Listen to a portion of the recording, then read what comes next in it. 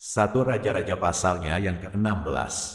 Kemudian datanglah firman Tuhan kepada Yehu bin Hanani melawan Baesa. Bunyinya, oleh karena engkau telah kutinggikan dari debu dan kuangkat menjadi raja atas umatku Israel. Tetapi engkau telah hidup seperti Yerobeam dan telah menyuruh umatku Israel berdosa, sehingga mereka menimbulkan sakit hatiku dengan dosa mereka. Maka sesungguhnya aku akan menyapu bersih Baesa dan keluarganya. Kemudian aku akan membuat keluargamu seperti keluarga Yerobeam bin Nebat. Siapa yang mati daripada Baesa di kota, akan dimakan anjing, dan yang mati daripadanya di padang akan dimakan burung yang di udara. Selebihnya dari riwayat Baesa dan apa yang dilakukannya dan kepahlawanannya, bukankah semuanya itu tertulis dalam kitab sejarah Raja-Raja Israel? Kemudian Baesa mendapat perhentian bersama-sama dengan nenek moyangnya, dan ia dikuburkan di Tirza. Maka Ela, anaknya, menjadi raja menggantikan dia. Juga dengan perantaraan Nabi Yehu bin Hanani, firman Tuhan telah datang melawan Baesa dan melawan keluarganya, baik karena segala yang jahat yang telah dilakukannya di mata Tuhan, sehingga ia menimbulkan sakit hati Tuhan dengan perbuatan tangannya, dan dengan demikian menjadi sama seperti keluarga Yerobeam, maupun oleh karena ia telah membunuh Yerobeam. Dalam tahun ke-26 zaman Asa, Raja Yehuda, Ela, anak Baesa, menjadi raja atas Israel di Tirza. Ia memerintah 2 tahun lamanya. Zimri, pegawainya yang menjadi panglima atas setengah dari pasukan kereta, mengadakan persepakatan melawan dia. Ketika ia minum-minum sampai mabuk di Tirza, di rumah Arsa yang menjadi kepala istana di Tirza, datanglah Zimri, lalu membunuh dia dalam tahun ke-27 zaman Asa, Raja Yehuda, dan ia menjadi raja menggantikan dia. Pada waktu ia menjadi raja itu, segera sesudah ia duduk di atas tahtanya, ia membunuh seluruh keluarga Baesa. Tidak ada seorang laki-laki pun daripadanya yang ditinggalkannya hidup, juga kaumnya dan teman-temannya. Demikianlah Zimri memunahkan seluruh keluarga Baesa, sesuai dengan firman Tuhan yang diucapkannya kepada Baesa dengan perantaraan Nabi Yehu. Oleh karena segala dosa yang telah dilakukan Baesa dan Ela, anaknya, yang mengakibatkan orang Israel berdosa pula, sehingga mereka menimbulkan sakit hati Tuhan, Allah Israel, dengan dewa-dewa kesia-siaan mereka. Selebihnya dari riwayat Ela dan segala yang dilakukannya, bukankah semuanya itu tertulis dalam kitab sejarah Raja-Raja Israel? Dalam tahun ke-27 zaman Asa, Raja Yehuda, Zimri menjadi raja. Ia memerintah 7 hari lamanya di Tirza, sedang rakyat berkemah mengepung Gibeton yang termasuk wilayah orang Filistin. Setelah rakyat yang berkemah itu mendengar orang mengatakan, Zimri telah mengadakan persepakatan, dan ia pun telah membunuh raja, maka pada hari itu juga, di tempat perkemahan, seluruh Israel menobatkan Omri, panglima tentara, menjadi raja atas Israel. Kemudian Omri dengan seluruh Israel maju dari Gibeton, dan mereka mengepung Tirza. Segera sesudah Zimri melihat bahwa kota itu telah direbut, masuklah ia ke dalam puri istana raja, lalu membakar istana raja itu sedang ia sendiri ada di dalamnya, dan ia mati, oleh karena dosa-dosa yang telah dilakukannya dengan melakukan apa yang jahat di mata Tuhan serta hidup menurut tingkah laku Yerobeam dan menurut dosa Yerobeam yang mengakibatkan orang Israel berdosa pula. Selebihnya dari riwayat Zimri dan persepakatan yang diadakannya, bukankah semuanya itu tertulis dalam kitab sejarah Raja-Raja Israel? Pada waktu itu bangsa Israel terbagi 2. Sebagian dari bangsa itu mengikuti Tibni bin Ginat dan bermaksud mengangkat dia menjadi raja, dan sebagian lagi mengikuti Omri. Tetapi rakyat yang mengikuti Omri lebih kuat daripada rakyat yang mengikuti Tibni bin Ginat. Sesudah Tibni mati, maka Omri menjadi raja. Dalam tahun ke-31 zaman Asa, Raja Yehuda, Omri menjadi raja atas Israel dan ia memerintah 12 tahun lamanya. Di Tirza ia memerintah 6 tahun lamanya. Kemudian ia membeli gunung Samaria daripada Semer dengan 2 talenta perak. Ia mendirikan suatu kota di gunung itu dan menamainya Samaria, menurut nama Semer, pemilik gunung itu. Omri melakukan apa yang jahat di mata Tuhan dan ia melakukan kejahatan lebih daripada segala orang yang mendahuluinya. Ia hidup menurut segala tingkah laku Yerobeam bin Nebat dan menurut dosa Yerobeam yang mengakibatkan orang Israel berdosa pula, sehingga mereka menimbulkan sakit hati Tuhan, Allah Israel, dengan dewa-dewa kesia-sian mereka. Selebihnya dari riwayat Omri, apa yang dilakukannya dan kepahlawanannya, bukankah semuanya itu tertulis dalam kitab sejarah Raja-Raja Israel? Kemudian Omri mendapat perhentian bersama-sama dengan nenek moyangnya, dan ia dikuburkan di Samaria. Maka Ahab, anaknya, menjadi raja menggantikan dia.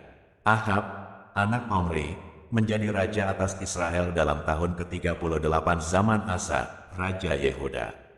Dan Ahab bin Omri memerintah 22 tahun lamanya atas Israel di Samaria. Ahab bin Omri melakukan apa yang jahat di mata Tuhan lebih daripada semua orang yang mendahuluinya. Seakan-akan belum cukup ia hidup dalam dosa-dosa Yerobeam bin Nebat, maka ia mengambil pula Izebel, anak Etbaal, raja orang Sidon, menjadi istrinya, sehingga ia pergi beribadah kepada Baal dan sujud menyembah kepadanya. Kemudian ia membuat mezbah untuk Baal itu di kuil Baal yang didirikannya di Samaria. Sesudah itu Ahab membuat patung Asyerah, dan Ahab melanjutkan bertindak demikian, sehingga ia menimbulkan sakit hati Tuhan, Allah Israel, lebih dari semua raja-raja Israel yang mendahuluinya. Pada zamannya itu Hiel, orang Betel, membangun kembali Yeriho. Dengan membayarkan nyawa Abiram, anaknya yang sulung, ia meletakkan dasar kota itu, dan dengan membayarkan nyawa Segub, anaknya yang bungsu, ia memasang pintu gerbangnya, sesuai dengan firman Tuhan yang diucapkannya dengan perantaraan Yosua bin Nun.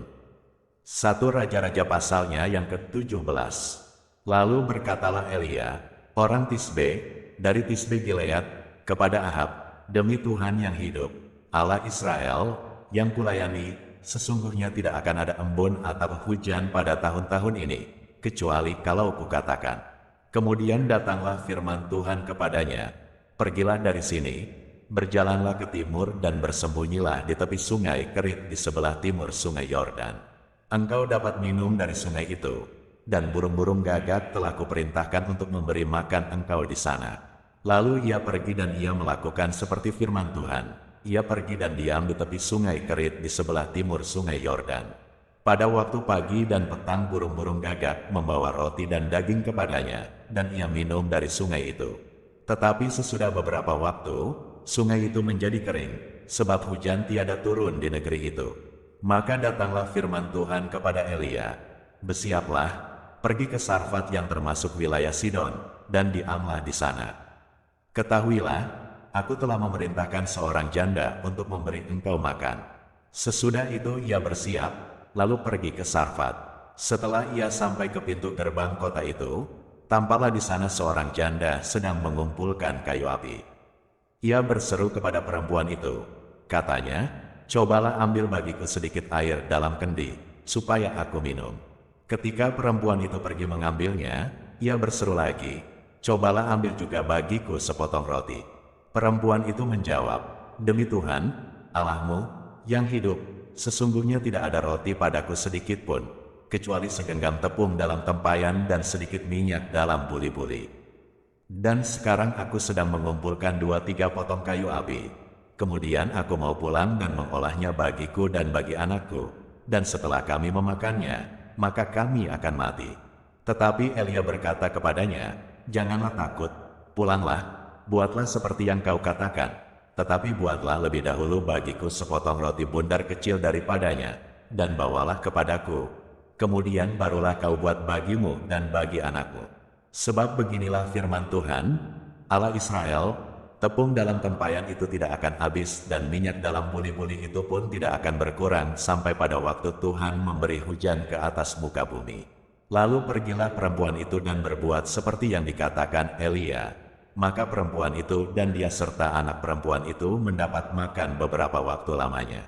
Tepung dalam tempayan itu tidak habis dan minyak dalam buli-buli itu tidak berkurang seperti firman Tuhan yang diucapkannya dengan perantaraan Elia. Sesudah itu anak dari perempuan pemilik rumah itu jatuh sakit dan sakitnya itu sangat keras sampai tidak ada nafasnya lagi. Kata perempuan itu kepada Elia, apakah maksudmu datang kemari, ya abdi Allah? Singgahkah engkau kepadaku untuk mengingatkan kesalahanku dan untuk menyebabkan anakku mati? Kata Elia kepadanya, berikanlah anakmu itu kepadaku. Elia mengambilnya dari pangkuan perempuan itu dan membawanya naik ke kamarnya di atas dan membaringkan anak itu di tempat tidurnya. Sesudah itu ia berseru kepada Tuhan, katanya, "Ya Tuhan, Allahku, apakah engkau menimpakan kemalangan ini atas janda ini juga, yang menerima aku sebagai penumpang dengan membunuh anaknya?" Lalu ia mengunjurkan badannya di atas anak itu 3 kali dan berseru kepada Tuhan, katanya, "Ya Tuhan, Allahku, pulangkanlah kiranya nyawa anak ini ke dalam tubuhnya." Tuhan mendengarkan permintaan Elia itu, dan nyawa anak itu pulang ke dalam tubuhnya, sehingga ia hidup kembali. Elia mengambil anak itu, ia membawanya turun dari kamar atas ke dalam rumah dan memberikannya kepada ibunya. Kata Elia, "Ini anakmu, ia sudah hidup." Kemudian kata perempuan itu kepada Elia, "Sekarang aku tahu bahwa engkau abdi Allah dan firman Tuhan yang kau ucapkan itu adalah benar." 1 Raja-Raja pasalnya yang ke-18. Dan sesudah beberapa lama, datanglah firman Tuhan kepada Elia dalam tahun yang ketiga. "Pergilah, perlihatkanlah dirimu kepada Ahab, sebab aku hendak memberi hujan ke atas muka bumi." Lalu pergilah Elia memperlihatkan diri kepada Ahab. Adapun kelaparan itu berat di Samaria. Sebab itu Ahab telah memanggil Obadya yang menjadi kepala istana. Obadya itu seorang yang sungguh-sungguh takut akan Tuhan.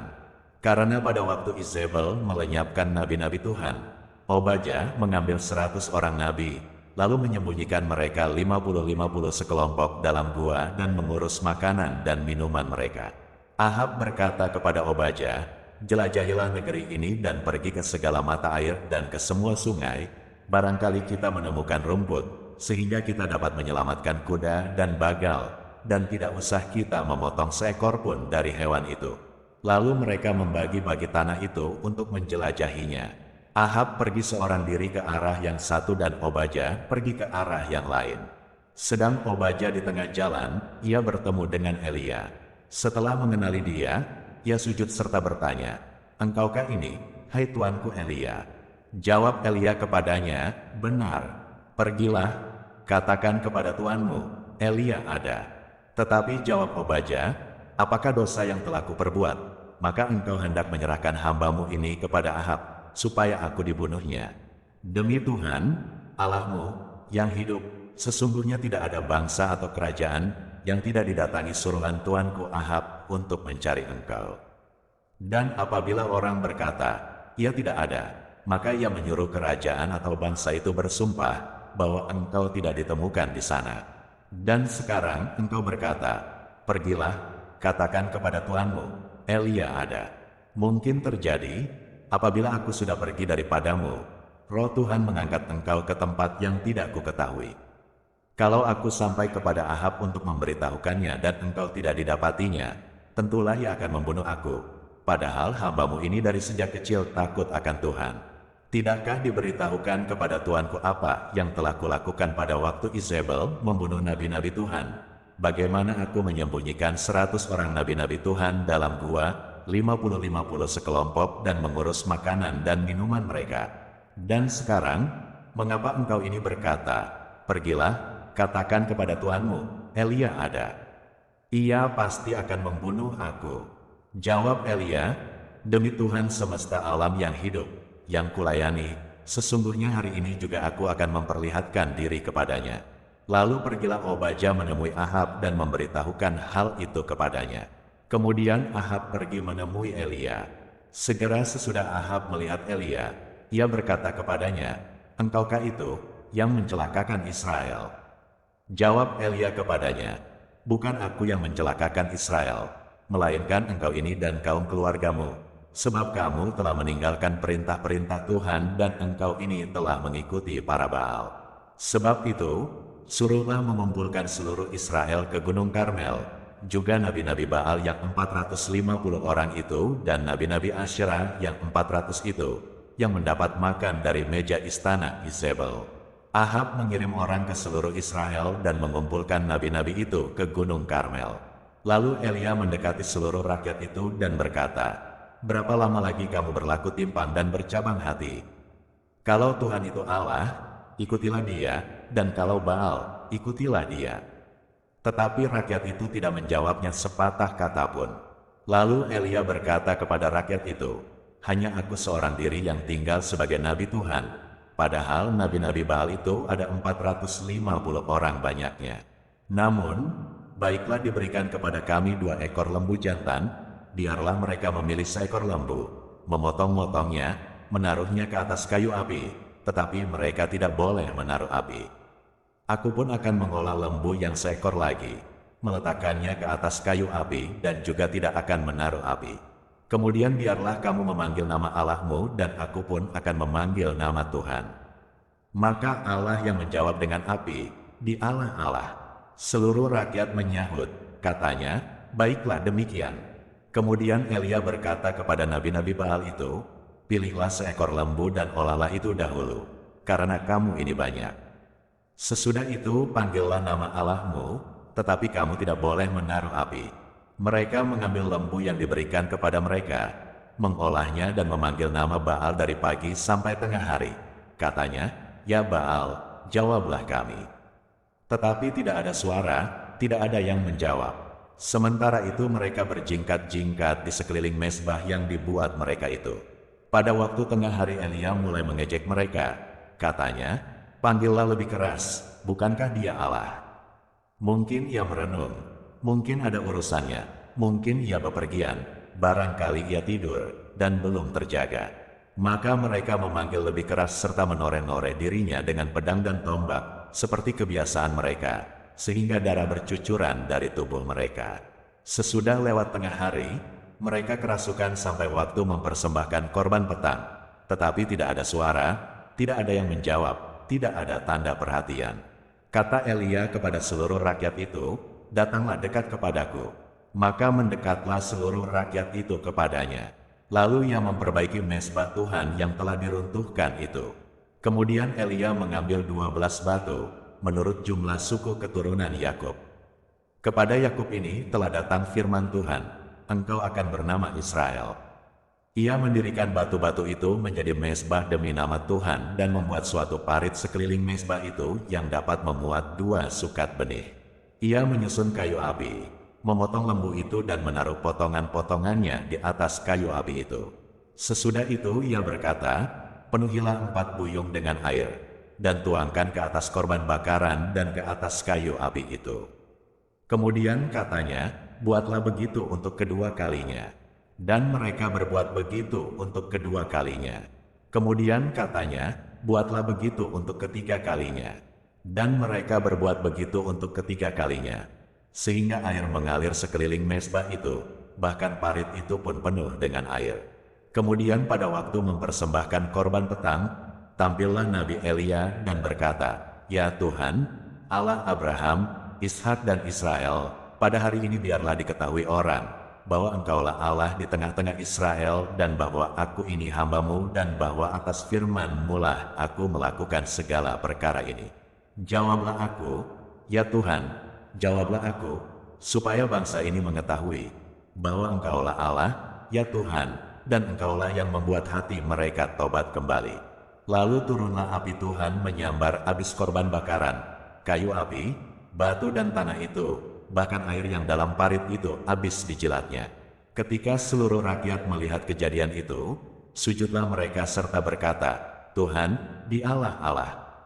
Tuhan, Dialah Allah." Kata Elia kepada mereka, "Tangkaplah nabi-nabi Baal itu, seorang pun dari mereka tidak boleh luput." Setelah ditangkap, Elia membawa mereka ke sungai Kison dan menyembelih mereka di sana. Kemudian berkatalah Elia kepada Ahab, "Pergilah, makanlah dan minumlah, sebab bunyi derauh hujan sudah kedengaran."